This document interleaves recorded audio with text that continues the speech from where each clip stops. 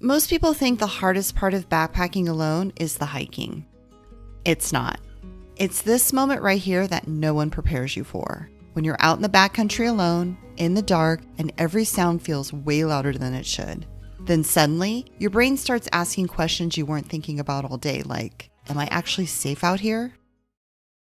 If you've ever thought about going on your first solo backpacking trip, but the idea of sleeping outside alone feels intimidating or even a little scary, you're not alone. This is one of the most common things that holds people back from going backpacking alone. Last year, I headed out to this same spot to camp alone for my first time here in Montana. I was terrified the entire time. What if I ran into a bear? What if I was the only person out there? Or worse, what if some weirdo tried to approach my tent? Luckily, only one of those things ended up happening to me. The resident bear tried to pay my camp a visit at dinner time. Thankfully, I was able to scare it off. But would I have to encounter another bear on this trip? Instead of continuing to live my life in fear and what ifs, I decided to face this fear head on by revisiting the same place I'd spent the night alone in my tent last year. If we haven't met yet, hi, I'm Kathleen, a food-motivated hiker, solo backpacker, backpacking coach for women, and the hungry hiker here on YouTube. When it comes to backpacking alone, sleeping outside alone is one of those things no one really prepares you for. We talk about gear, trip planning, and food, but no one really talks about what it's like when you're lying in your tent at night by yourself.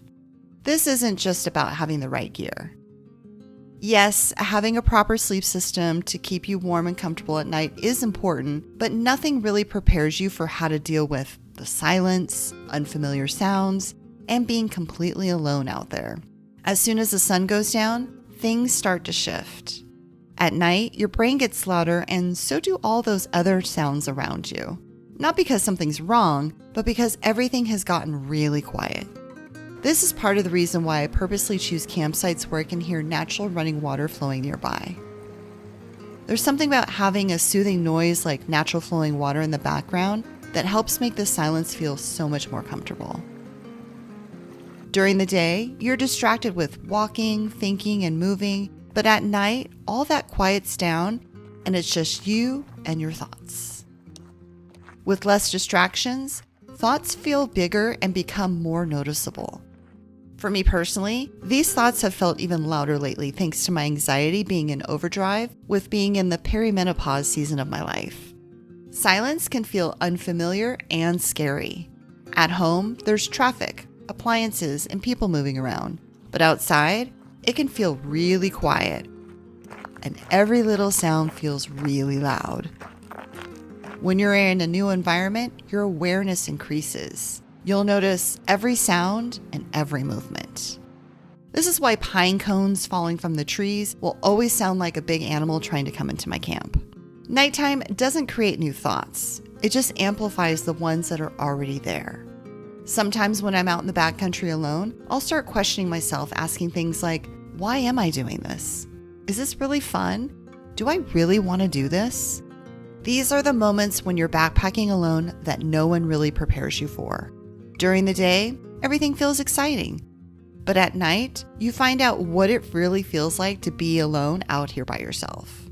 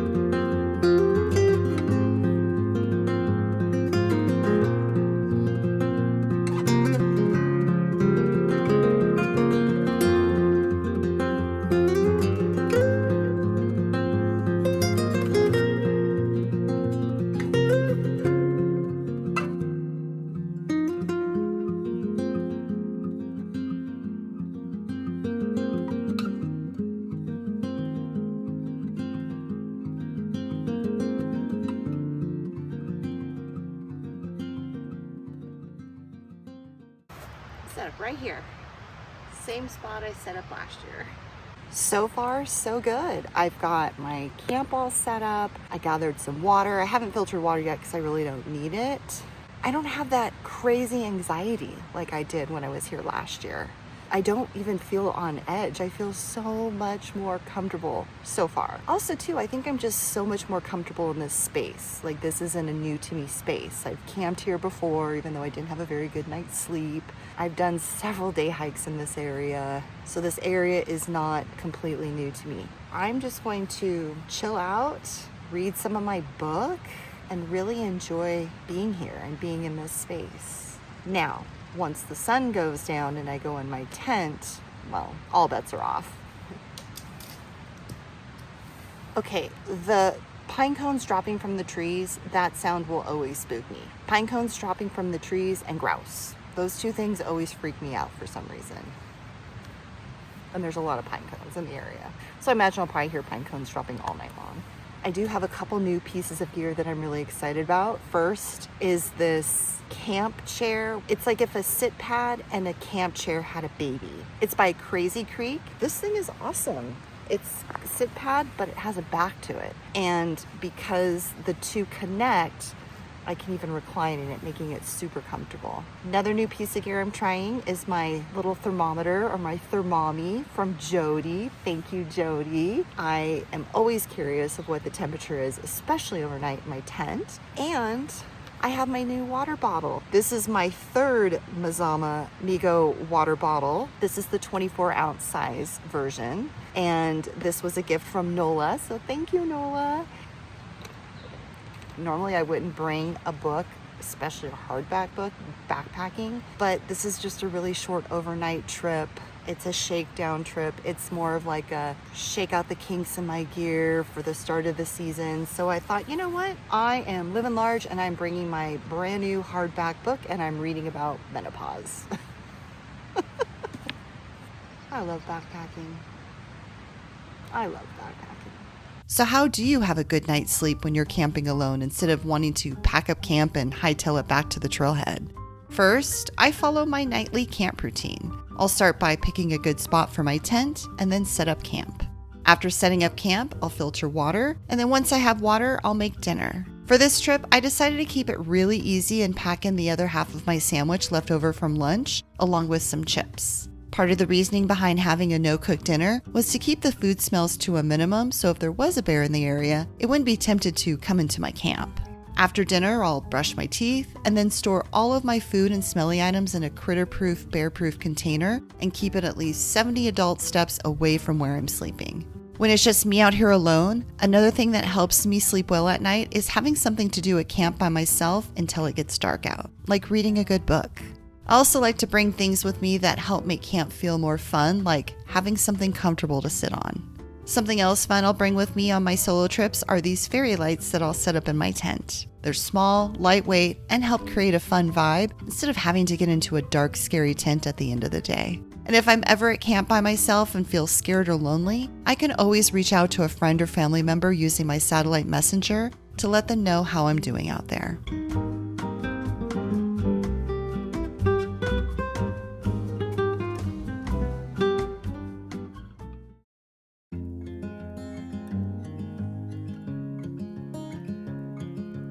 Good morning. I slept so good last night. It's a little bit after 7:30. I went to bed at 10, so I've had 8 or 9 hours of sleep. And one of the things I love about backpacking alone is I don't have to get up at a certain time. I can get up whenever I want to. And as someone who has a hard time getting up in the morning, I can sleep in and not feel guilty. And so I feel so rested. I can't believe how good I slept. Now, it's backpacking sleep. So when I'm backpacking and sleeping, I toss and turn all night long and wake up throughout the night, like when I hear a noise or anytime I turn, and that's pretty normal for me, but then I go right back to sleep. I slept pretty close to my bear spray, but I never felt scared. I was super comfortable. I was very warm. I woke up this morning and saw that the thermometer said 50 degrees, so it didn't get nearly as cold as I thought it would overnight. Such a different trip than last year. I'm really glad that I came. Now I'm going to break down my tent, make some breakfast, and then head out. You want to hear the saddest sound in the world?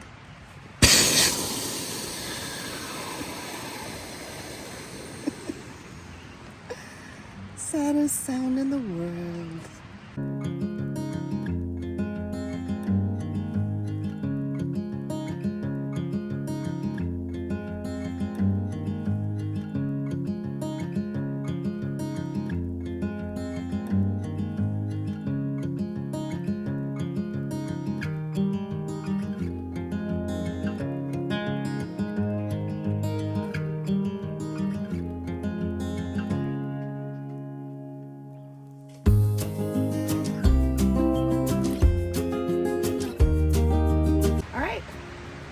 get out of here.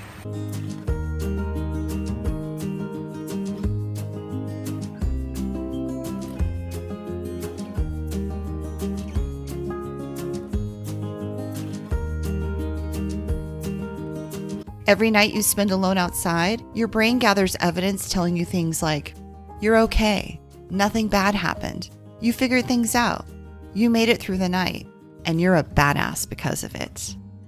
If you've been thinking about going on your first solo backpacking trip, but the part about sleeping alone outside has been holding you back, you're not alone. That's why I created my program, the Confident Solo Female Backpacker System.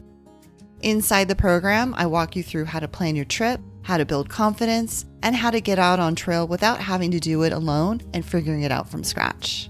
First, we start with the basics, then we build your plan, then you actually practice on trail, all with support, feedback, and a community of women doing this alongside you. So you're not just learning, you're actually doing it as you make your way through the system. If you want support, guidance, and a step-by-step system and support while you do it, click the link in the description below to apply for a free one-on-one Zoom call with me. On our call, we'll talk about where you're at, what's holding you back, and whether or not this program is the right fit for you.